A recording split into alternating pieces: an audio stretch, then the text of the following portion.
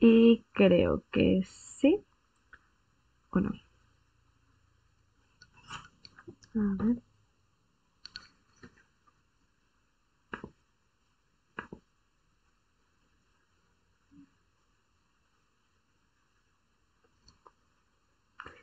Vale, creo que sí, que ya estamos en directo.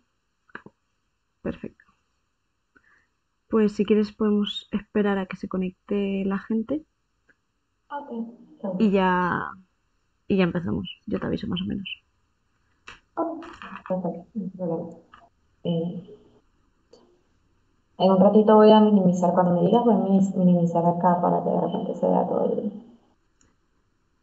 ¿Dice la pantalla? Ah, bueno, no, es que en una esquinita para mí se ve el Teams, entonces lo voy a minimizar. Ah, no, pero en tu lado no se ve, o sea, porque por lo menos yo te veo aquí en un cuadradito. No.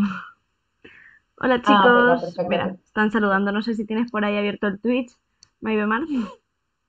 No, no lo tengo. No, Entonces, no, no, es que no me quiero como que abrumar, no sé, estoy como que no bueno, sé, no quiero poner las cosas a la vez. no te preocupes. Yo te voy a ir leyendo lo que pongan por el chat igualmente.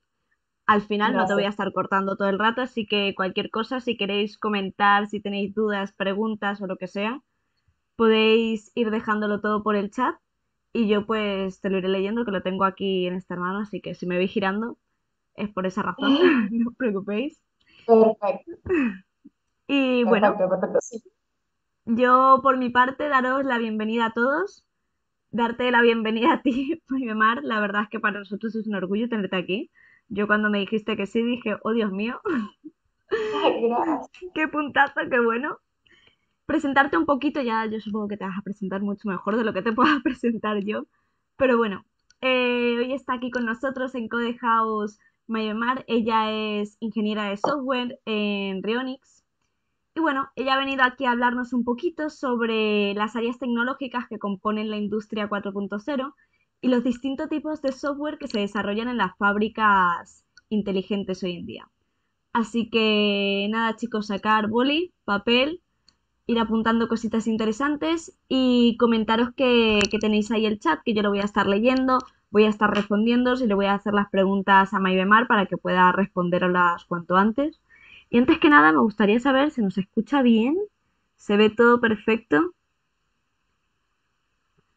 Si me lo ponéis por el chat, yo os lo agradecería para ya comprobarlo todo. Saludos Sí, desde dale. Caracas, Yo nos también voy a ponen. hablar por si acaso. Voy a hablar yo por si acaso para ver si también me escuchan a mí, todo bien. Me están respondiendo, así que estoy asustada. Se ve bien, dicen. ¿Y se escucha bien también? Ok, excelente, Todo ok, perfecto. perfecto. Pues nada, Mar, darte la bienvenida. Una cosa, si nos quieres contar tus redes sociales, porque sé que eres muy conocida en TikTok, sé que por ahí empezaste, así que si nos quieres decir cuáles son tus redes, cuéntanoslas. Ok, perfecto. Bueno, ante todo, muchísimas gracias por la invitación, esa es Account House. Nada, a Muchas ti. gracias por darme la libertad de hablar de lo que me gusta y de lo que me apasiona. Mis redes sociales son Maidemar HS, ¿ok? Viene de Maidemar, la H de Hernández y la S de Salinas, que son mis apellidos. Estoy en todas las redes con ese usuario.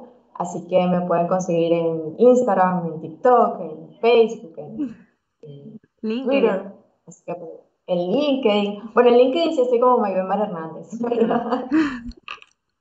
Ahí sí estoy como Maybemar, es la única, pero de resto Maybemar HS y estoy en todas las redes sociales.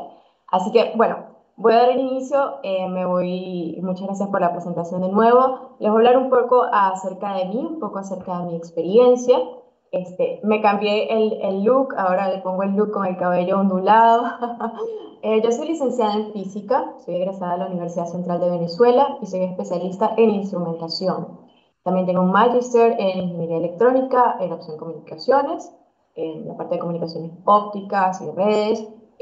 Soy Certified LabVIEW Associate Developer. Esto es una certificación de National Instruments eh, para desarrolladores. ¿Ok? Y vamos a ver acá. y he trabajado como ingeniera en el desarrollo de sistemas embebidos, sistemas de control para aplicaciones navales, industriales y de prueba. Y actualmente trabajo como ingeniera de software en Rionix GmbH, haciendo software de prueba, control y automatización de procesos industriales. Entonces, esa es un poco mi trayectoria y en total ya tengo unos 10, 11 años de experiencia en todas estas áreas, ¿no? Antes de hablar de la industria 4.0, es muy importante hablar de lo que son las revoluciones industriales. ¿Por qué el nombre 4.0? Pues porque venimos como la cuarta revolución industrial. La primera revolución industrial fue la mecanización en 1795, que vino con la máquina de vapor. ¿Ok?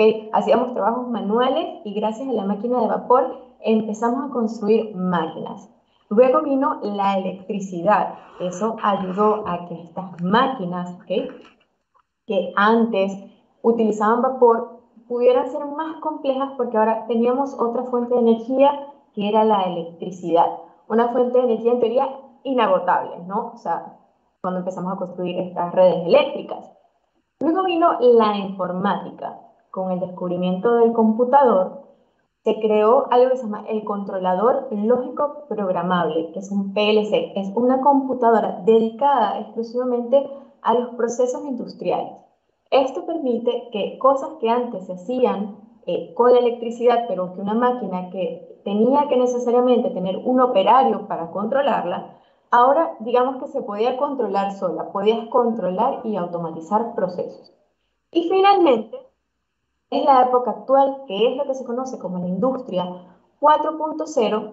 Entonces, tenemos lo que es el mundo TI, no solo el computador, tenemos la interconexión entre distintos computadores, entre distintas máquinas, etcétera, ¿ok? Y entonces, eso es lo que tenemos como la industria 4.0.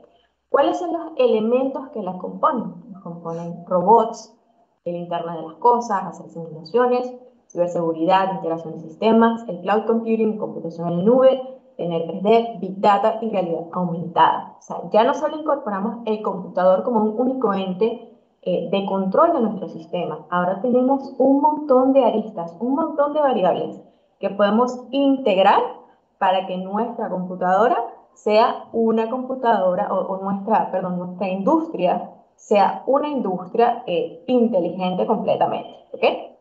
Entonces, pero ¿por qué antes no habíamos hecho esto? O sea, en estas cosas en el mundo TI ya existían. Existe un desfasaje y ha existido un desfasaje entre el mundo de las tecnologías de la información y el mundo industrial. Una de las principales razones es porque tenemos que proteger las máquinas y se hace muy importante la ciberseguridad. Entonces, a medida que la ciberseguridad se va haciendo más fuerte, se va haciendo mejor y que podemos integrar esto en nuestras máquinas, entonces podemos ya poner otras áreas. Y como les digo, hackear una planta nuclear es un riesgo real y ocurrió. Existe un virus que fue el Stuxnet que digamos, se infiltró entre sistemas nucleares en Irán, precisamente diseñado para dañar, para sabotear la investigación nuclear en Irán. Y eso, hackear sistemas industriales, no solo representa un riesgo para máquinas, representa un riesgo para los seres humanos. Entonces, una de las razones por la cual existe este desfasaje entre TI e industria, y es porque tenemos que confiar, ¿ok? Tenemos que confiar en que nuestros equipos o nuestras máquinas en la nube, nuestra información en la nube, van a estar seguros, ¿no? Uno de los principales factores de los que voy a hablar hoy es del Internet de las cosas, porque el Internet de las cosas ha sido una de las tecnologías que ha permitido que estas fábricas actualmente sean fábricas inteligentes, ¿ok? Entonces, Internet de las cosas es el proceso que permite conectar elementos físicos cotidianos al Internet. O sea, imaginemos que podemos conectar todo al Internet, no solo nuestro computador o nuestro teléfono, que pudiéramos conectar, no sé, la nevera, la lavadora, elementos cotidianos, ¿ok? Entonces, ¿qué pasaría en ese caso? Que ya no necesito al ser humano revisando la lavadora para conocer el estado de la lavadora. No necesito la intervención humana para saber qué está pasando con ciertos objetos cotidianos. Ya existen, por ejemplo, lavadoras que te indican existe un error, una falla, pero necesita el ser humano que vea la pantalla, que lea el código en la pantalla y que vaya a internet a investigar qué significa ese código. Sin embargo, con el Internet de las cosas, esa lavadora pudiera conectarse a internet, indicar las fallas, generar un ticket, mandarte un correo electrónico o mandarte a relacionar lo que está sucediendo e incluso mandar a una empresa que requiere mantenimiento. Eso es el tipo de cosas que permite el Internet de las cosas, remover el elemento humano de la máquina. Entonces, imaginemos un ejemplo de un termostato inteligente. Entonces, tu casa se calienta cuando el dispositivo se conecta a tu celular y detecta que tu ubicación es cercana. Un ejemplo, tienes un termostato en casa, ¿sí? Y ese termostato está siempre conectado a tu router, a internet.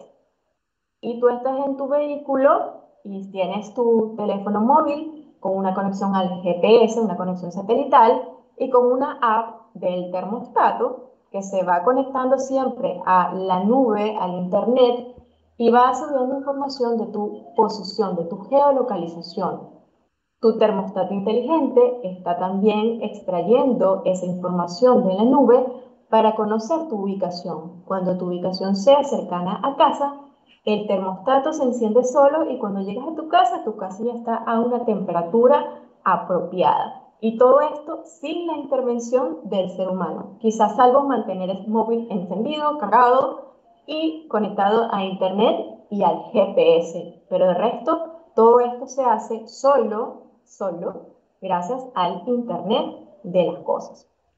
Entonces, el Internet de las cosas nos permite tener, entre muchas otras tecnologías, pero es una de las más importantes, nos permite estas fábricas inteligentes, donde la tecnología no es solo que automatices un proceso, la tecnología forma parte de todo el proceso y de todas las tomas de decisiones que tienes en cada una de las partes de la industria. Tienes robots, ¿ok? Que quizás puedas utilizar dentro de tu fábrica para hacer trabajos, no sé si saben de los robots de Amazon, que básicamente están programados para automáticamente mover cajas de un sitio a otro. Si la robótica te permite tener fábricas inteligentes, pero los robots están conectados a otros sistemas para saber la ubicación, etc. Toda esa data se analiza en conjunto gracias, por ejemplo, al Big Data, y se toman decisiones para compras, para ventas, para productos, para marketing. Entonces, las fábricas inteligentes, entre más interconectadas y más información tenemos, más inteligencia artificial tenemos, entonces mejores decisiones podemos tomar en cada una de las partes de esa fábrica.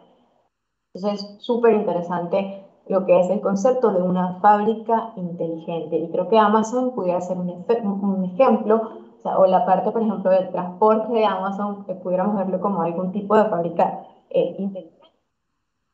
Entonces, ahora sí viene lo que nos interesa.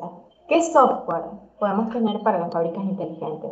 Bueno, ya, de hecho, podemos imaginar todo el software que se requiere en cada una de las partes que mencionamos. Software para robótica, software para inteligencia artificial, software para Internet de las cosas, cada una de esas áreas en sí misma requieren software, ¿ok? Porque los robots requieren programación, el Big Data requiere programación, todas esas cosas requieren programación en cada una de sus respectivas áreas. Pero tradicionalmente la industria ha tenido y tendrá unos softwares que son clave y lo que pasa es que se han ido modernizando para integrar precisamente estas nuevas tecnologías dentro de estos elementos que son clásicos dentro de la revolución industrial o por lo menos desde la tercera revolución industrial.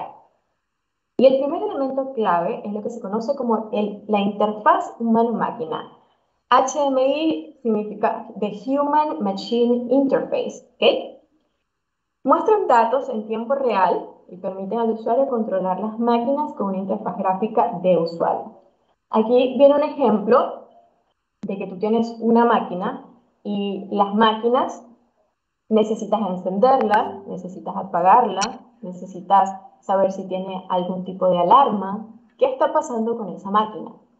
Eh, Pudiéramos decir, volviendo al ejemplo sencillo de la lavadora, que cuando tú tienes, si tienes una de estas lavadoras que tienen una pantallita y tienen botones, eso de alguna manera es una interfaz humano-máquina. Es la forma que tú tienes como operador de la lavadora de accionar esa máquina, ¿ok? De saber si está pasando con algo con esa máquina, etcétera. Entonces, obviamente, en función de la evolución de la industria, la interfaz humano-máquina se va haciendo más compleja, se va modernizando, queremos extraer de repente más información, queremos que los dispositivos sean más ligeros, etcétera, y muchas de estas pantallas son táctiles, ¿ok? Lo cual es interesante desde el punto de vista de desarrollo.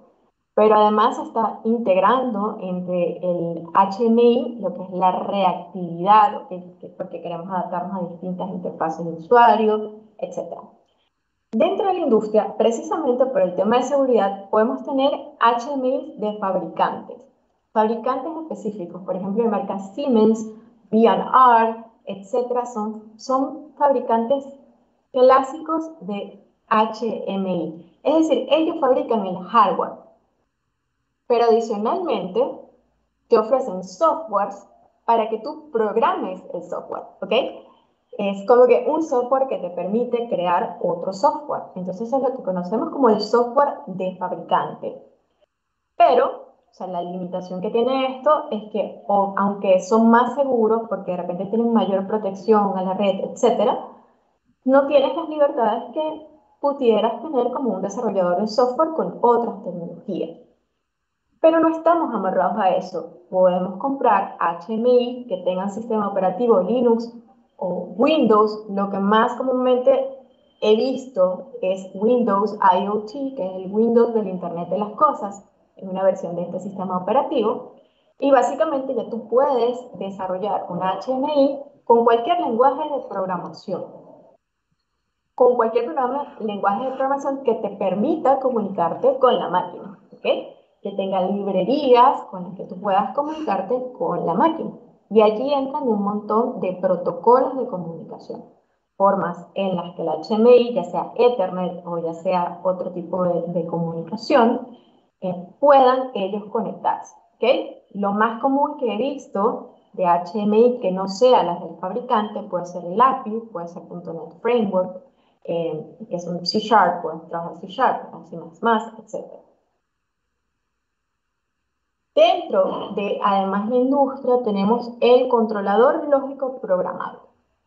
Entonces, este es el computador, como les comento, ya este es clásico, este existía no solo en la industria 4.0, sino desde la tercera revolución industrial. Cuando hablamos de un computador, ya estaba el controlador lógico programable. Entonces, esto es una computadora de uso dedicado. Es una computadora que tú tienes exclusivamente para tratar procesos industriales. Y lo vas a encontrar en cualquier tipo de industria que te puedas imaginar, siempre va a haber un PLC. Un PLC tienes puertos de entrada y salidas, análogos o digitales, y estos se van a utilizar para tomar decisiones. ¿Okay? Entonces, por ejemplo, tenemos una entrada digital que puede ser, bueno, por ejemplo, un sensor de temperatura, perdón, puedes tener algún tipo de sensor de temperatura, puedes tener algún tipo de sensor de nivel, puedes tener distintos tipos de comunicación con sensores y en función de esos tomar decisiones. Por ejemplo, oye, si la temperatura es muy alta y mi temperatura debe estar a 50 grados Celsius, tú programas un proceso para mantener el control de esa temperatura, ya sea iniciar un ventilador, abrir una válvula, etc. Vas a tomar decisiones en función de las entradas analógicas digitales, activando actuadores, ¿okay? Que pueden ser lo que les comento, relay, ventiladores, válvulas de flujo, etcétera, válvulas, etcétera, para controlar los procesos. Ahora, ¿qué se introduce en la industria 4.0? Que esto es muy interesante. Acá hablan de un protocolo que se llama LoRa, y esto es un protocolo de IoT, o sea, esto es un protocolo del Internet de las cosas. Este protocolo básicamente lo que hace es que esta data no esté conectada únicamente a una HMI, esto que está acá es una interfaz humano-máquina, sino que también esa data automáticamente pueda subir a la nube para una toma de decisiones. Ahora, ¿cómo se programa un PLC? Nuevamente volvemos a los fabricantes y aquí sí me temo que no hay muchas opciones. Cuando queremos programar un PLC, usualmente estamos un poco atados a las marcas. Por ejemplo, Siemens va a tener su propio software, que puede estar con un diagrama ladder, que son diagramas gráficos, ¿ok? Cuando programamos un PLC, usualmente vamos a estar utilizando un lenguaje gráfico de programación, porque esto estaba orientado y sigue estando orientado principalmente a ingenieros eléctricos y electrónicos, que se asumía, porque creo que ya actualmente no es así, se asumía que no querían trabajar con lenguaje de texto, sino que era más intuitivo trabajar con lenguajes gráficos. Pero igual es programar, están programando. ¿Cuál sería una opción alternativa a un PLC? Que no lo he mencionado acá, pero una opción alternativa es lo que se llama una IPC, es decir, una PC industrial, Industrial PC. Y en una PC industrial, si pudieras crear, si tienes un sistema operativo en tiempo real y tienes una aplicación crítica, pudieras crear en otros lenguajes de programación alternativos a los del fabricante, pudieras crear tu propio software de automatización y control de procesos en una PC industrial. Y también existen, por ejemplo, National Instruments, que tiene sus controladores Compact Rio, Rio, pero se programan también en su software, pero son para aplicaciones mucho más robustas, como aplicaciones navales, aplicaciones realmente aeroespaciales, aplicaciones donde realmente se necesitan controladores en tiempo real y robustos. Y finalmente, para lo que es los sistemas clásicos que se han modernizado, tenemos el sistema SCADA, que es Supervisory Control and Data Acquisition. Este es como el eje central, donde queremos ver lo que ocurre en toda la fábrica. Vamos a separar la idea. En el PLC, controlo lo que está pasando con un proceso. En el HMI, yo me controlo con una máquina o con ese proceso, procesos pequeños y específicos, partes de lo que pasa en toda la empresa. Pero cuando tengo el sistema SCADA, yo quiero tener una visión amplia de lo que está pasando en toda la planta, en todo el sistema. Y por eso es que suele haber, por lo menos esto es un ejemplo de una planta pequeña, y este es un ejemplo de una planta grande donde tengo muchísimos monitores, porque quiero observar lo que está pasando en cada uno de los procesos.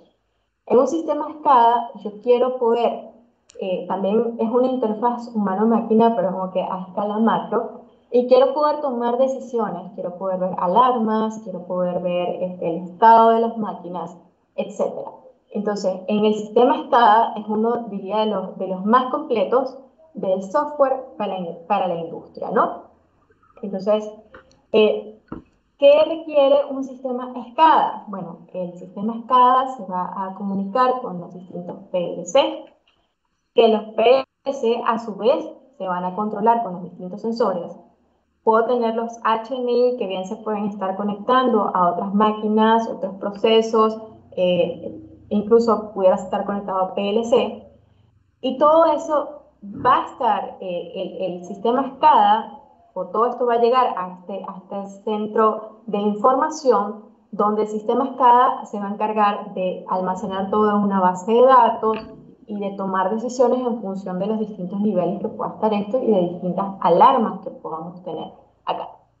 Ahora, ¿se han modernizado los sistemas SCADA? Sí, esto es como un ejemplo de un sistema SCADA tradicional.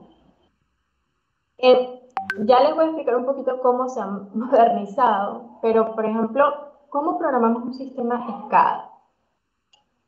Nuevamente, el dilema, software de fabricantes específicos o software a la medida. Software a la medida es el software que programa alguien con lenguajes de programación, digamos, tradicionales, .NET, Java, etc. Eh, ¿Cuál es la ventaja de utilizar software de fabricante? Okay. Un software de fabricante te permite programar una escala. Es como que una cosa te permite programar la otra. La ventaja es que los softwares de fabricante ya están diseñados para simplificar el proceso de la programación. Y eso va sobre todo desde la interfaz gráfica hasta el soporte de los protocolos de comunicación que se necesitan para conectarse con todos los PLC. Hay tanta, digamos, hay tanta diversidad en el mundo de la industria con los fabricantes que yo creo que hay debe haber más de, no sé, 50 protocolos de comunicación distintos, porque estaba Modbus, estaba comunicación serial, Modbus RTU, Modbus TCP, Profibus, Profinet, CAN. Son protocolos de comunicación, una gran cantidad que todos son estandarizados. Entonces, necesitamos tener soporte en nuestra plataforma para los distintos protocolos de comunicación que podamos tener dentro de nuestro sistema. Entonces, la ventaja de utilizar sistemas SCADA de fabricante es eso, ¿no? Que podemos estar ya prediseñados para tener controles, indicadores y protocolos aptos para este tipo de sistemas. No he trabajado en lo personal con el Indosoft y el Siemens, pero sí tuve la oportunidad de ver el SCADA de Ignition Systems. Y precisamente gracias a la evolución un poco de las tecnologías, el sistema de Ignition para construir SCADAs no solo te permite tener este SCADA tradicional, sino que integra servidores web. Es decir, tú construyes tu sistema SCADA, integran algo que se llama un OPC server, un servidor OPC.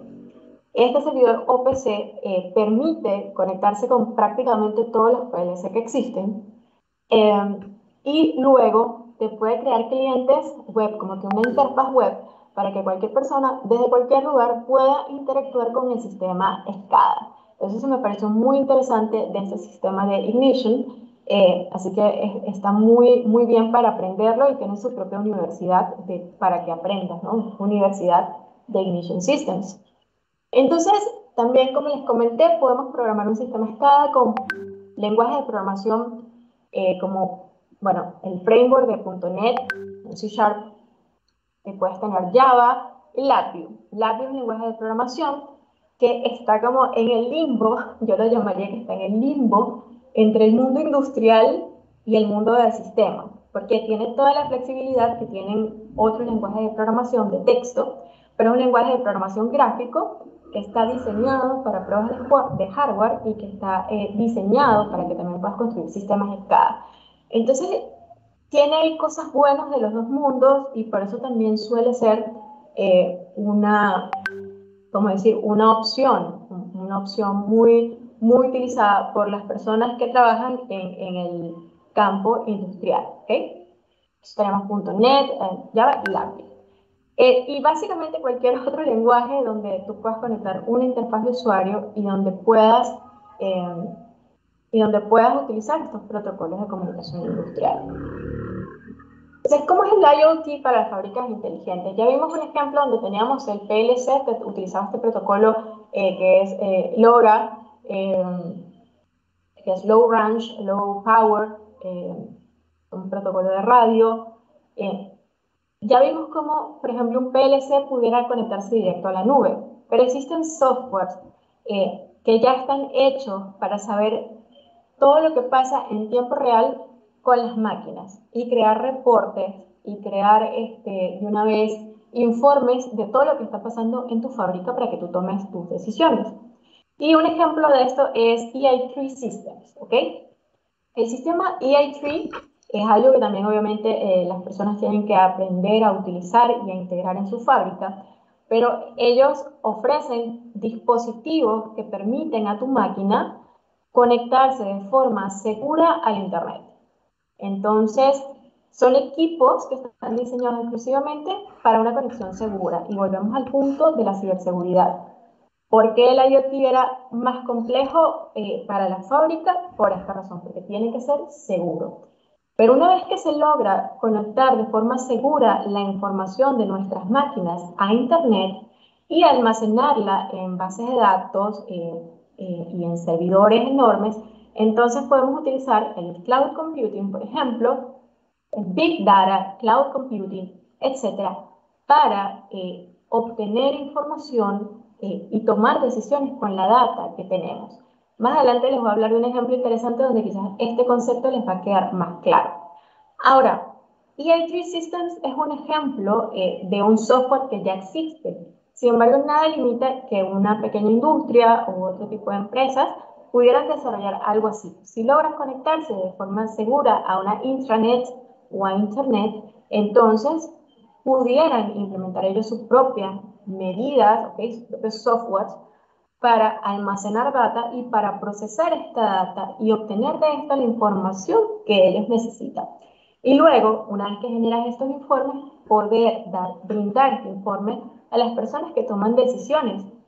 Y esto les permite quizás ahorrar gastos, saber cuándo iniciar producción, cuándo parar producción, etc. Entonces, es un buen sistema.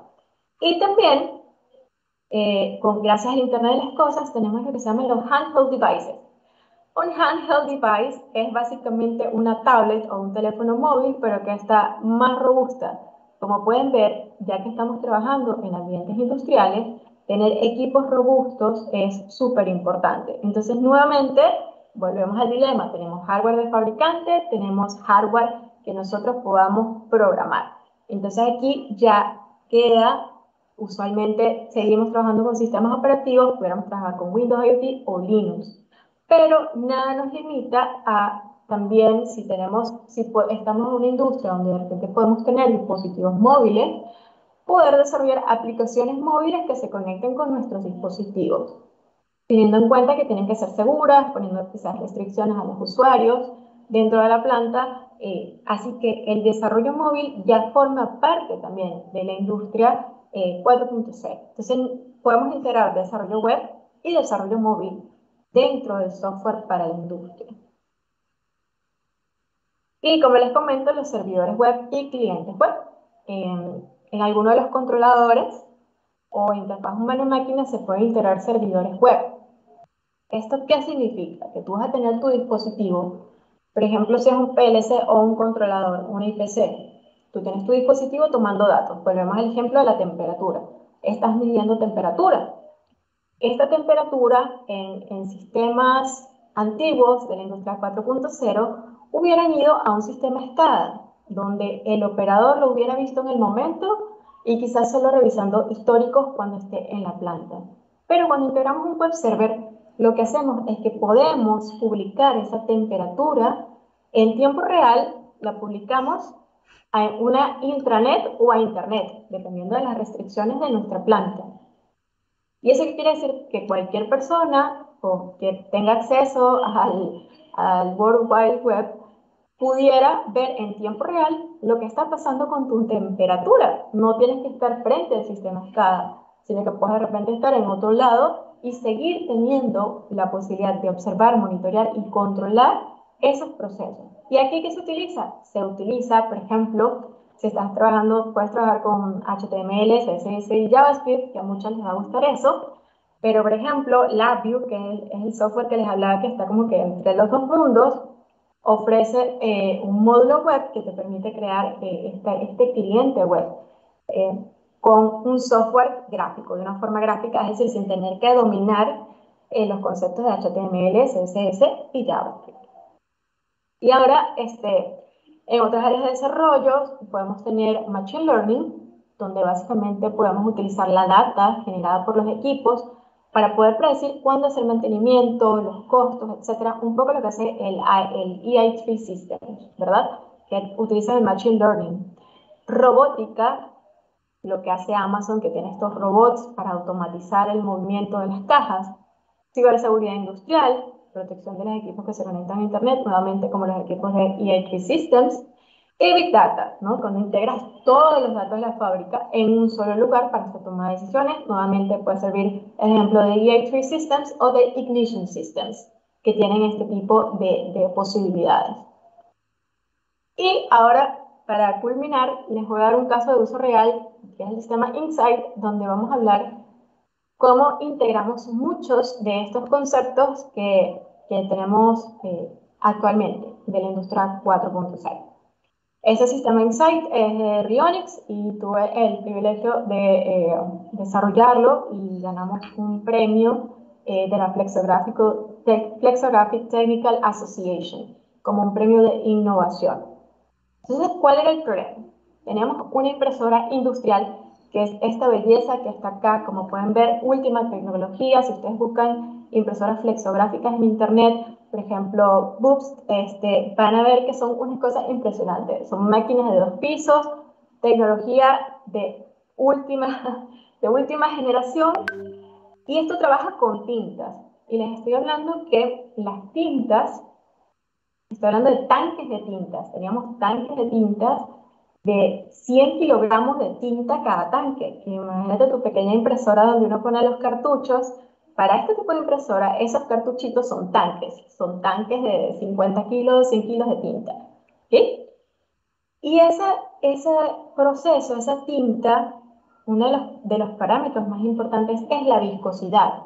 Porque si tu tinta es muy viscosa o tu tinta está muy fluida, la impresión va a quedar mal. Estoy hablando que las impresoras industriales utilizan, imprimen, por ejemplo, los envoltorios de los chocolates, de Kit Kat, envoltorios de caja de cereal. Estamos hablando que imprimen 2.000, 3.000 metros por minuto, ¿ok? Por minuto, 3.000 metros, 2.000 metros por minuto.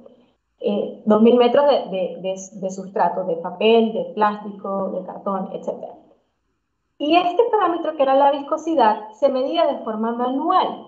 En estas impresoras súper modernas, uno de los parámetros más importantes se medía de forma manual. Podemos ver acá cómo se hace. El operario agarraba una taza, una copa, estas son copas, tomaba una muestra de la tinta, iniciaba un contador y el tiempo que tardaba la tinta en fluir daba una medida de la viscosidad de esa tinta, ignorando factores como la temperatura, que afecta la viscosidad, la velocidad a la que está el fluido afecta la viscosidad cuando este está en movimiento, etc.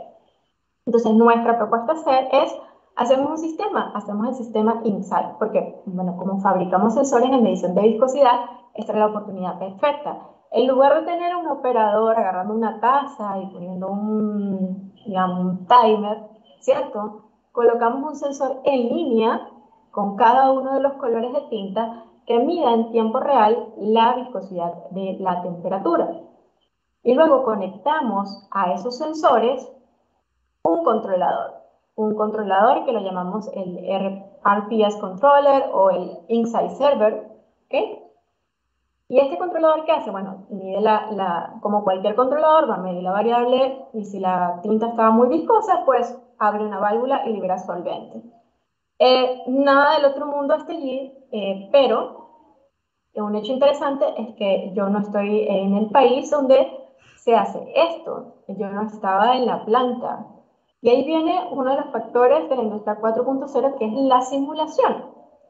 Ya que tuve la oportunidad de hablar con uno de los fabricantes o una de las empresas que utilizaba estas impresoras, tuve acceso a cierta data de viscosidad, etcétera, y pude hacer simulaciones en tiempo real de cómo se comporta la tinta cuando está evaporándose continuamente el solvente, cómo sube la viscosidad, etcétera. Entonces pude hacer simulaciones que nos permitieron hacer un mejor control. Adicional a eso, incluimos un servidor web, el Insight Server, y podemos conectar tantos clientes como sea posible a través de una intranet. Entonces tenemos dos formas de conectarnos a un servidor, el intranet y un web server. Entonces puedes tener tantos clientes que quieras dentro de una red local, pero también puedes tener tantos clientes como quieras dentro puede ser también un internet, pero conectados a través de un servidor web. Puede ser móviles, puede ser una página web, etc. Y servicios en la nube. Entonces, en el servidor web, gracias a eso, se pudieron conectar bases de datos, sistemas, por ejemplo, el sistema A3, perdón, y clientes para visualización. Ahora, ¿cómo cambió, digamos, este tipo de sistemas o tener este tipo de información para la toma de decisiones de la empresa? Primero, nos pasamos a un sistema de medición más científico, porque antes se medía hasta en segundos, pero la viscosidad realmente se puede medir en centipoise, que es una unidad de medida más precisa, entonces tenemos una unidad más científica para saber qué está pasando. Como ya no dependía del operario, el operario ya básicamente podía ir a hacer cualquier otra cosa y el controlador se va a encargar de asegurarse de que la tinta esté en su, digamos, donde la viscosidad de la tinta esté en el set point, exactamente, ni menos ni más. Adicional a eso, como la data se está almacenando, tú puedes tomar mejores decisiones al respecto si está la temperatura, solvente, tipo de tinta, etc. Podemos determinar cuándo es necesario mantener las líneas de tinta y mantener los sensores. Este, y pues los trabajos se hicieron más fáciles de repetir, porque ya tú sabías, por ejemplo, la tinta azul en este set point me da la desviación del color que quiero mínima, entonces siempre puedo utilizar este set point. Y eso llegó a un punto que mejoró los costos de la empresa, porque ya entonces la empresa podía predecir uso de la tinta, que son variables que almacenábamos aparte de la viscosidad, uso de la tinta, uso del solvente, evaporación, todas esas variables que se podían registrar y almacenar en un sistema, por ejemplo, como A3 o alguien que lo quisiera hacer de forma manual, ya podían determinar cuándo había que comprar, qué había que comprar, qué tintas eran mejores que otras, algo que acá antes quizás no percibían, ya podían percibir, puedo comprar esta tinta, mejor compro este solvente, etcétera. Y además, las impresoras pueden formar parte de una red, ¿no?, interconectada de impresoras o de sistemas para tomar decisiones conjuntas de lo que está pasando en nuestra fábrica. Entonces, para concluir, hay muchas áreas distintas en las que se requiere software. No tenemos que ser expertos en todo. Yo particularmente no soy experta creo que ni en el 20% de todas las tecnologías que integran a la industria 4.0. Entonces tienes opciones, puedes aprender software de fabricante como Siemens, que es muy común, puedes aprender LabVIEW, o puedes seguir utilizando los lenguajes de programación que conoces y de repente buscar cuál es tu espacio dentro de la industria, si es algo que te gusta, qué tipo de soluciones pudieras tú ayudar a desarrollar dentro del software para aplicaciones industriales. Lo que sí, por ejemplo, si estás trabajando en el área de control y de simulaciones, lo que se requeriría es que tengas conocimientos de ingeniería eléctrica o electrónica. Te va a ayudar muchísimo. Ahora, ¿tienes que hacer una carrera universitaria para eso? No. Una de las cosas más importantes son los protocolos de comunicación, que si tienes algún concepto previo de lo que eso significa, te puede ayudar muchísimo, porque los protocolos son protocolos, no importa si es entre máquinas o entre computadoras, son formas para comunicarse y que se entiendan. Y aunque ustedes no lo crean, este trabajo se puede hacer de forma remota, como yo lo hice de forma remota, siempre que haya un equipo apoyándote. Porque si hay personas del otro lado que sí están con los equipos, que están dispuestos a apoyarte, a trabajar contigo para que tú puedas hacer tu trabajo, se puede hacer absolutamente todo de forma remota, ¿ok? Y bueno, espero que les haya dado un poquito de motivación y ganas de aprender un poco más acerca de esto. Y bueno, con eso finalizo y les agradezco muchísimo por su atención. Muchísimas gracias a ti. A mí me has dejado el cerebro como lleno de información. Y yo decía, madre mía. Uy, ah, vale, que eres tú. Ya, ya, ya. Ahora sí te veo. No te veo. Increíble, increíble, de Muchas verdad. gracias. De mi parte, yo agradecerte lo más grande, de verdad, por estar aquí, por contarnos lo que nos has contado, porque ha sido tanta información y contado de una manera tan sencilla, en cierto sentido, que hasta yo, que realmente no soy un perfil tan técnico, me ha encantado. Me he enterado, me ha encantado, me ha gustado mucho, la verdad. Muchísimas gracias. Me contenta. El software para la industria es el área olvidada del mundo. La gente ha olvidado que existe esta área. Entiendo que hay otras áreas de la programación que quizás tienen también aplicaciones muy interesantes, pero esta ha sido el área olvidada por la gente y por eso me gusta hablar de este tema, para que la gente conozca más de este mundo y de repente se anime a entrarle también, ¿no? Totalmente. Hay aquí más preguntillas. Una de ellas es, ¿cómo quedan en ese ámbito lenguajes como Python? Lenguajes como Python lo pudieras utilizar para la parte la parte quizás del Big Data, del Machine Learning, porque tienes mucha data y eso es una de las cosas muy interesantes de la industria, que vas a tener muchísima data. Entonces, por lo menos mi trabajo llega hasta ahí te dejo la data, pero tienen que venir perfiles, claro, tienen que venir perfiles que sepan cómo recolectar toda esta data y qué hacer con eso, cómo generar reportes, informes con la data para poder decirle digamos, los distintos jefes cuáles son las mejores decisiones. Y eso es con la información y allí entran lenguajes precisamente de ciencia de datos y entran perfiles de ciencia de datos. Genial. Pues aquí la verdad es que todos los mensajes son de agradecimiento, de excelente la charla. Hay una que dice que como estudiante de ingeniería mecatrónica se sentía perdida hacia dónde ir y esto la ha ayudado, así que por ese lado, gracias de parte de ella. Muchas Y, gracias, ¿no? y nos pregunta Pizarro Ferreira, ¿cuáles son los software de simulación? Bueno, yo tuve la ventaja de que como Labview es un lenguaje de programación, LabVIEW es un lenguaje gráfico de programación. Entonces yo tuve esta ventaja de hacer en el propio lenguaje en el que estaba desarrollando el software, poder hacer un simulador con el mismo lenguaje de programación. Pero lo que he visto mucho es que se hacen simulaciones, por ejemplo, con MATLAB, con Simulink, son softwares de uso común para hacer simulaciones. También hay espacio, esto no es simulaciones, pero me acordé y quería mencionarlo, dentro de la industria del modelado hay mucho espacio para el modelado 3D y entonces ahí se utiliza mucho lo que es CAD, los diseños de AutoCAD, porque quieres saber, ¿no? Qué tipo de dispositivos, cómo se unen, etcétera. En teoría, para hacer simulación puedes usar cualquier lenguaje, pero en mi caso creo que, que los que he visto más en la industria vendrían siendo MATLAB, Simulink y LabVIEW serían los lenguajes que más he visto en la industria. Hay más preguntas, ¿eh? Te las voy leyendo.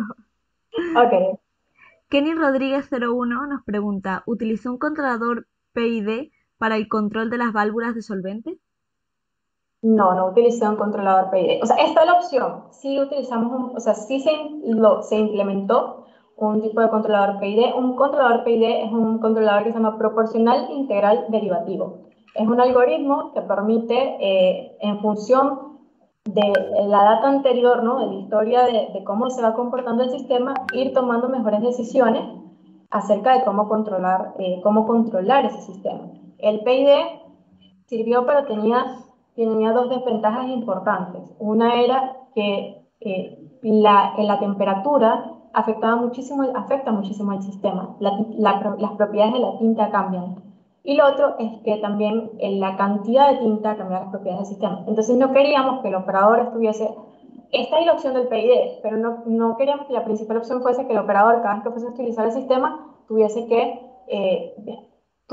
tuning, hacer tuning, o sea, entonar el sistema, el término en español no sé cómo sería, eso era perder tiempo. Entonces se hizo una especie de inteligencia artificial, vamos a ponerlo entre comillas, porque sí, la inteligencia artificial vendría siendo algo así, donde se va tomando la data y se van tomando decisiones considerando cómo ha variado en función de las adiciones anteriores, si está evaporando, cuánto está evaporando, etcétera. Tratar de crear un algoritmo propio para tomar decisiones del sistema, porque el sistema no era tan trivial, ¿no? Era un fluido no newtoniano, con evaporación, que le afecta la temperatura, que le afecta la velocidad, etcétera. Entonces dijimos, bueno, vamos a hacer un control propio que el operador llegue y no tenga que hacer absolutamente nada. Y es así, o sea, el controlador pone, el operador dice, ah, este es el set point que quiero y se va y no regresa. Y entonces ese era el objetivo. Entonces, ahí está la respuesta. Genial. Nos pregunta también de Marcanoa, ¿y qué recomiendas como lenguajes de tiempo real? Siento estar girándome tanto para este lado, pero es que tengo el chat aquí de este lado. No, no te preocupes, no hay ningún problema. Lenguajes para tiempo real. Bueno, creo que más que lenguajes es sistemas operativos. Cuando hablamos de tiempo real, Windows no es de tiempo real. Tiempo real es algo que sea determinista. Es decir, si yo voy a sumar A más B, mi computador tiene que ser capaz de sumar A más B en un segundo. Si cada vez que yo sumo A más B se toma un segundo, la siguiente se toma 1.1 segundos, la siguiente se toma 0.9 segundos, la siguiente se toma 5 segundos, eso no es un sistema operativo determinístico, porque yo no sé cuánto me va a tomar sumar A más B. El sistema operativo que es determinístico es Linux Real Time. Es un sistema operativo donde si yo sumo A más B y va a tomar un segundo, yo sé que siempre va a tomar un segundo. Entonces, existen formas de programar en un Linux de tiempo real para que yo pueda tener un sistema determinístico. Existe el LabVIEW Real Time, que es el que por experiencia conozco, porque hay controladores de National Instruments que tienen Linux Real Time, tienen ese sistema operativo y entonces tú puedes crear aplicaciones en tiempo real. No estoy segura de que otro lenguaje, no te va a dar una información que sea falsa, no estoy segura de que otros lenguajes pudieras trabajar allí porque no quiero pecar en decir que si estás en un sistema operativo determinístico, ya cualquier lenguaje de programación te puede ser determinístico. No creo que sea así. Entonces, lo que sí te puedo dar con seguridad es que en Linux Real Time puedes utilizar LabVIEW Real Time y vas a tener un sistema en tiempo real y un sistema determinístico. Genial. Uy. No sé, chicos, si tenéis alguna otra pregunta, alguna duda, algo que queráis comentar, algo que le queráis decir en este momento. Y bueno, mientras escriben o no, yo por mi parte volver a agradecerte. Si quieres volver a dejar tus redes sociales para que quienes se hayan conectado en el último momento quieran seguirte, Sí, pues es el momento. en todas mis redes estoy como Maidemar HS, le voy a poner como, vamos a escribirlo porque no lo escribí en ningún lado, voy Sí, a mejor. ponerlo acá. Así, Maidemar HS, estoy en prácticamente todas mis redes sociales así, y en LinkedIn estoy como Maidemar Hernández, pero de resto estoy como Maidemar HS. Bien, ahí está, estas son mis redes sociales, mucho mi agradecimiento. Genial. Espero que, y nada, Pues bueno, nuevamente, a ver. hay comentarios que ya están escribiendo aquí antes de que se me vayan. Eh, Me escribe Kenny Rodríguez 01. ¿Cuántas variables se midieron en el sistema? Se medía principalmente viscosidad, temperatura, eh, densidad en algunos casos, dependiendo del sensor, eh, pH y nivel de tanque de los solventes.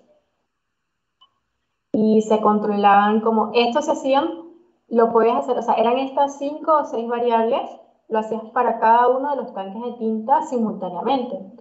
Hay sistemas que de repente tenían solo 2 tintas, por razones que desconozco, nunca pregunté por qué solo dos. Eh, o creo que solo integraron el sistema en 2 tanques nada más mientras probaban.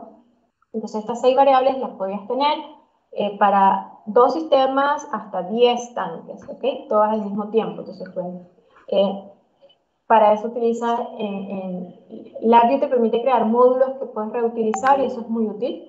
Entonces, no es que tienes que hacer el trabajo, ese trabajo no es que lo tienes que multiplicar por 10.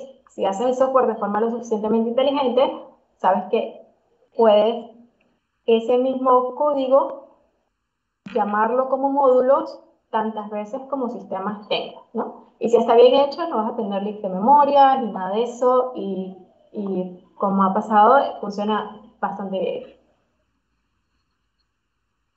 Genial. Pues te leo la siguiente.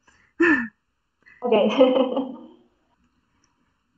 ¿Consideras que el programador debe tener conocimientos propios del sistema o es suficiente con los conocimientos de los lenguajes?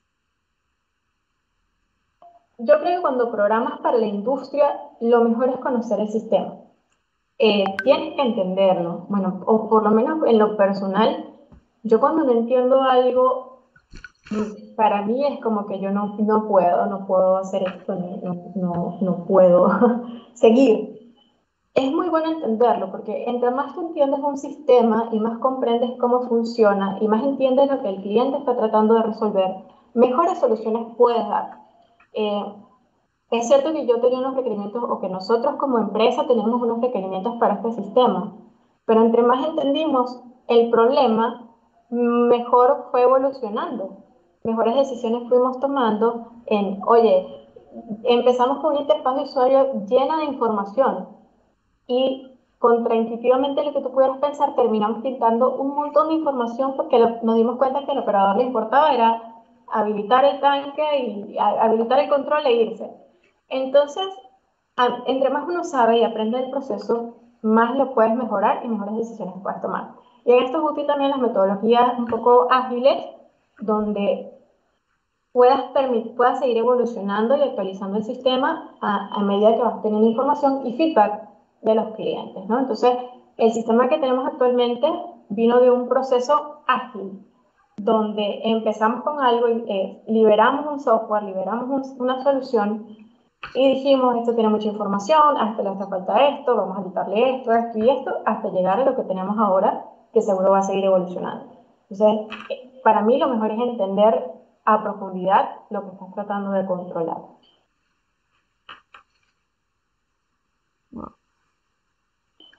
Yo supongo que os está resolviendo bastante bien las dudas. Comentarte que, bueno, qué pena que no puedas estar leyendo el chat, te lo juro. Hoy no sé, es que Porque son todos comentarios muy bonitos. por favor, tomen un screenshot. Hola, ha sido una charla muy interesante e ilustradora, gracias. Arduino puede ser usado para industrias. Supongo que eso es una pregunta, pero no tiene interrogación. Yo no he visto mucho Arduino en soluciones industriales como tal, porque Arduino es más como prototipo. Tú utilizas Arduino para crear prototipos, pero ya para crear una solución que vaya a estar en una fábrica, en producción, etcétera, no es recomendable utilizar Arduino, ¿no? O utilizar tarjetas Arduino. Ya ahí tendrías que utilizar tu propio sistema, programar tu propio microcontrolador, etcétera. Así que no es tan común en la parte industrial que no sea prototipado. Uy, está pasando algo en el directo que no estoy muy segura de qué es. Ok, ¿qué pasó? No lo sé, pero bueno. Ok. Te digo ya la última pregunta que había en el chat, que ponía, ¿ROS se utiliza como sistema operativo a nivel industrial o es más que nada como para introducirse a la robótica? Rust, aunque no estoy tan clara no lo he utilizado, lo que veo es que se está utilizando más en la parte de sistemas embebidos, ¿ok? Al parecer, según lo que he podido investigar y leer, es una forma más simple de programar los sistemas embebidos que usualmente se programaban en C o en C++, ¿no? O sea, antes, por lo menos cuando yo programaba sistemas embebidos hace 150 millones de años, se utilizaba el lenguaje C, y entonces tú para decidir sumar dos entradas tenías que echar 20 líneas de código. Creo que la idea es simplificar eso y para eso viene Rust. Seguro tiene otras aplicaciones, pero hasta allí llega mi conocimiento del tema. Bueno, pues yo por mi parte creo que no hay más preguntas. Ah, espérate. ¿Cuál es bajo tu opinión el software de programación más confiable para el control de un centro de proceso de datos? Wow, ahí sí no sabría decirte, la verdad que ahí sí no sabría decirte para un centro de procesamiento de datos. Supongo que tendrás que ver qué datos. Si algo que yo, lo único que puedo decir que es opinión personal, esto no es técnico. Como respuesta técnica, la respuesta es no sé. Como respuesta personal, la respuesta personal es que a veces el lenguaje no es lo crítico. Lo crítico es lo que hagamos, las decisiones que tomemos como programadores. Entonces, si como programadores hacemos software pensando en escalabilidad, en mantenimiento, en confiabilidad, vamos a terminar creando un buen software. ¿Okay? Hay muchos haters del API. Hay gente que vio el API y dice, odio este software. Probablemente yo en algún momento también dije, odio este software, porque yo venía a programar en texto y fue un programa gráfico y fue como que, ¿qué es esto? Hasta que te das cuenta y aprendes que si sabes utilizar el software, el lenguaje de programación y aprendes a las buenas prácticas, vas a crear buen software. Entonces a veces no es el lenguaje, a veces es el programador. Tenemos que mejorar siempre, ¿no? Y yo no soy experta, yo todavía tengo mucho que mejorar en los lenguajes que conozco. Siempre se puede mejorar y siempre hay espacio, así que todavía me queda muchísimo. Eso es cierto. Todavía me queda mucho más que aprender. Nos pregunta Uriel barra baja López 57, ¿cómo aprendiste LabVIEW? ¿Fue en la universidad o fue por cuenta propia? Yo empecé en la universidad, vi los conceptos básicos, pero realmente muy básicos, o sea, una cosa como que explicando el flujo y los procesos. Luego, eso me sirvió para conseguir un trabajo donde me fui preparando como que por mi cuenta y también hice un curso dentro de ese trabajo. La ventaja fue que se hizo un curso de LabVIEW para sistemas embebidos, para controladores en el río. Ahí es donde aprendí un poco lo del control en tiempo real, sistemas de control para aplicaciones navales. Eh, entonces, pero diría que el 90% ha sido por mi cuenta. El 90% ha sido cursos, la página web de National Instruments te permite ya sea comprar o en internet también hay un montón de cursos en LabVIEW. Hasta yo tengo mi pequeño aporte en YouTube muy sencillo, muy humilde, de una introducción a LabVIEW. Muy sencillo, nada súper completo, pero en internet seguro puedes conseguir todo lo que necesitas para ir aprendiendo. Diría que en mi parte el 90% ha sido por mi cuenta realmente. Wow, wow. Eso es increíble, la verdad. Y creo que no hay más preguntas en el chat, déjame comprobar. Y si no hay, pues nada, comentarte otra vez, ya por novena vez más o menos, de verdad, lo increíble que ha sido esta charla, lo increíble motivados que les has dejado a todos. A mí me da mucha pena que no hayas podido leer el chat, que no hayas visto la de comentarios bonitos que han dejado porque ha sido increíble. Todos agradeciéndote la charla, la motivación y el aporte de conocimiento que nos has dado. Y yo por mi parte, pues sumarme a esos agradecimientos, la verdad. Y nada, chicos, si cualquier duda que tengáis, cualquier pregunta, cualquier cosa, pues ahí tenéis sus redes sociales. La tenéis también en TikTok, que por lo visto es bastante conocida, yo ahora mismo te voy a ir a seguir. Gracias, gracias. Le voy Y a dejar nada, un... Ay, no, discúlpame que no, te no, no, di, interrumpí. di, di. Ay, es que yo soy como ansiosa. Les voy a dar una última mensaje motivador. No me metí al Twitch por ignorancia. Que el hecho de que no trabaje en sistema no quiere decir que uno no pueda ser un bruto a veces en ciertas cosas. Yo dije, me voy a enredar si abro el Twitch. Así que perdónenme todos. Fue ignorancia que no metí en el Twitch. Yo tengo mi cuenta en Twitch y dije, no, me voy a enredar toda. Y hay aplicación web hay aplicación móvil para Twitch, me imagino. Sí, Eso no se me ocurrió, ¿ves? O sea, esa ya. eso no se me ocurrió. No, no te Pero bueno, preocupes. nada, nada, ese es mi último el mensaje motivador. Por muchas veces que uno aprenda de cosas, siempre somos nuevos en otras cosas y hay que aprender, como todo. No te Así que preocupes. discúlpeme, pero les agradezco muchísimo el feedback, les agradezco muchísimo su presencia. Me encantó dar esta charla. Este sí es un tema que me gusta y gracias por la oportunidad. Y Sofía, ha sido todo un placer conocerte. Y bueno, estoy por acá, ya sabes dónde encontrarme. Bien, y bueno, acá estoy, ya sabes. Así que muchas gracias, muchísimas gracias de verdad. Igualmente, yo esperando volver a retomarlo, que vuelvas. Espérate, que me estás diciendo que hay más. Todos de felicitaciones, de que te conocen de TikTok. Así que bueno, eso está Gracias, muy bien. gracias. Al final, el desarrollo de la marca personal es súper importante, en- sobre todo en este sector, la verdad. Y nada, agradecerte de nuevo tenerte aquí. Ojalá poder volvernos a ver en el futuro. Y a vosotros, chicos, también agradeceros el estar aquí, la interacción que habéis tenido en el chat, esa avalancha de agradecimientos a Maibemar, que la verdad es que han sido muy bonitos. Y nada, que espero volver a veros un jueves más o un martes, que últimamente también hacemos bastante encuentro los martes en nuestro canal de Twitch. Y bueno, si nos seguís, yo lo agradecería, porque bueno, cuanto mayor sea la comunidad, Ya, pues muchísimo mejor. Así ya que, yo te sigo. Eso sí lo pude hacer. bien. Eso sí lo supe hacer. Bueno, a partir de ahora, hacerte cuenta de Twitch.